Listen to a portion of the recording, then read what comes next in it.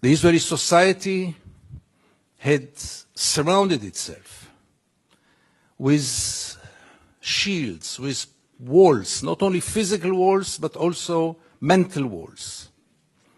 I don't want to get into it because it's another lecture, but I'll just give the 3 principles which enable us Israelis to live so easily with this brutal reality. A, most of the Israelis, if not all of them, deeply believe that we are the chosen people. And if we are the chosen people, we have the right to do whatever we want. B, there were more brutal occupations in history. There were even longer occupations in history, even though the Israeli occupation gets to quite a nice record. But there was never in history an occupation in which the occupier presented himself as the victim. Not only the victim, the only victim around. This also enables any Israeli to live in peace because we are the victims. The other day, Professor Falk spoke about this dual strategy of Israel of being a victim on one hand and manipulating on the other hand. After what happened in Paris and in Copenhagen with the terror attacks, Benjamin Netanyahu came with the notion all the Jews must come to Israel. It's the safest place for the Jews in the world. It's a shelter for the Jews in the world. Which is wrong, because Israel is today the most dangerous place on earth for Jews. But let's put it aside. It was only 24 hours later when he said Israel is an existential threat under the Iranian bomb. And I asked myself, how can you dare call Jews to come and to join this suicidal project when the Iranians are going to bomb us?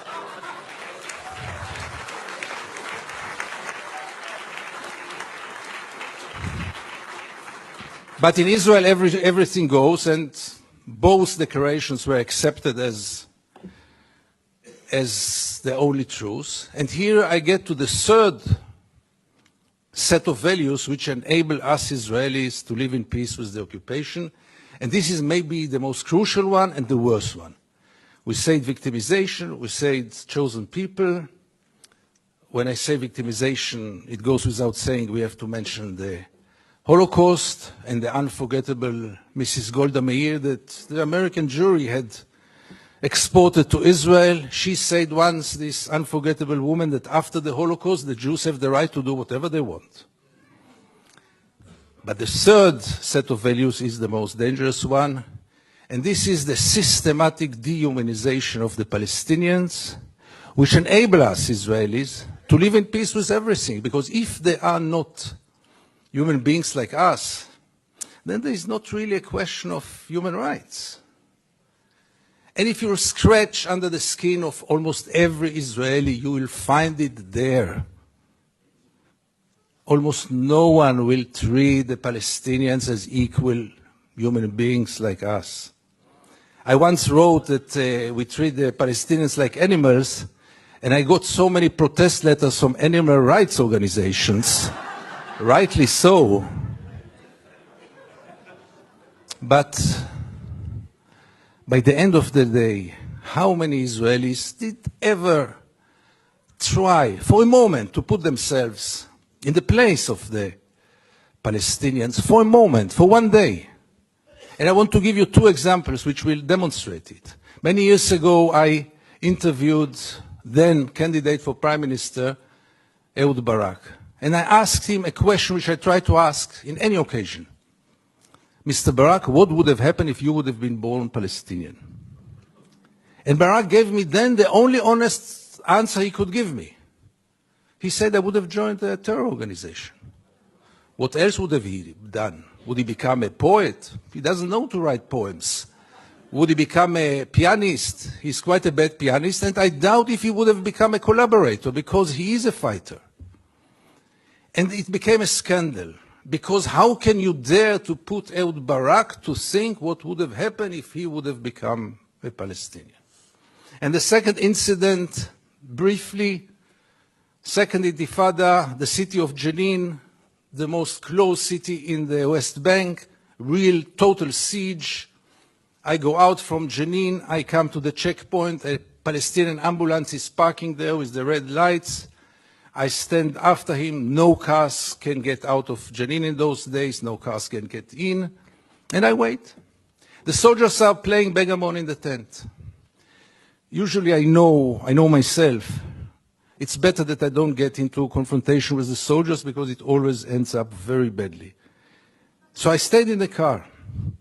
But after 40 minutes I couldn't take it. And I went out to the car. From the car, I went first to the Palestinian ambulance driver and I asked him, what's going on? He told me that's the routine. They let me wait 1 hour until they come and check the ambulance. And I couldn't take it anymore. And I went to the soldiers. It became a confrontation. But the question that I asked them, which really brought them to direct their weapons toward me, was one. What would have happened if your father would have been lying in this ambulance? This freaked them out. They lost control.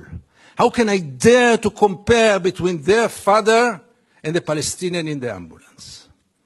And this set of beliefs that they are not human beings like us enable us Israelis to live in so much peace with those crimes, ongoing crime for so many years, with losing any kind of humanity, values. I heard today people talk about Jewish values.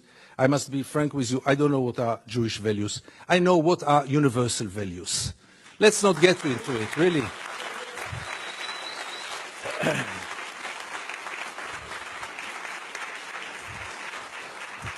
There are very clear universal values. And there is a very, very clear international law. But for most of the Israelis, international law is very important. But not for Israel. Israel is a special case. Why is it a special case? And again, you get with all those set of values, with this living in denial. And here I want to get back to the topic of our panel. Is it good for Israel? No, it's very corrupting. Because as long as the United States enable Israel to continue, obviously the Palestinians are the first and direct, unbelievable victim of it. But by the end of the day, what will Israel be after all those years? What is it already today? Where does it direct to? And things are getting worse and worse. And therefore I have so little hope about change from within the Israeli society. Because things, as you might know, are going more and more to the nationalistic, militaristic, religious direction, with very little hope that change will come from within. Why would Israelis go for a change? What incentive? Why would they bother? Life is so good. You should have seen Israel in the days when Gaza was bombed, when the beaches were crowded, the helicopters were passing on their way to bomb Gaza. The Israeli TV hardly showed photos from there. Newspapers hardly wrote anything. I wrote one article about the responsibility of the pilots, and I needed to use bodyguards to get out of my home after this. The problem was, by the way, that the bodyguards were settlers, and they argued with me all day long until I saw that I'm much more secure without the bodyguards rather than with them.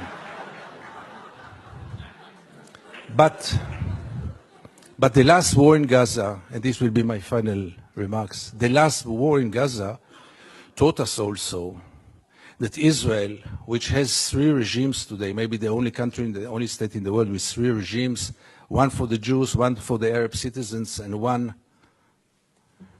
an apartheid regime in the West Bank and Gaza, one of the most brutal and cruel tyrannies in the world. But even for the facade, even for this democracy, which I always thought is a democracy for its Jewish citizens, I realized last summer that it is a democracy for its Jewish citizens, but only if they think like the majority. And therefore, and by this I want to conclude, I want to tell you all that few of us, very few, much too few, but few of us are looking to the West, Europe, and then United States, with a great hope because we lost hope in Israel. Thank you very much.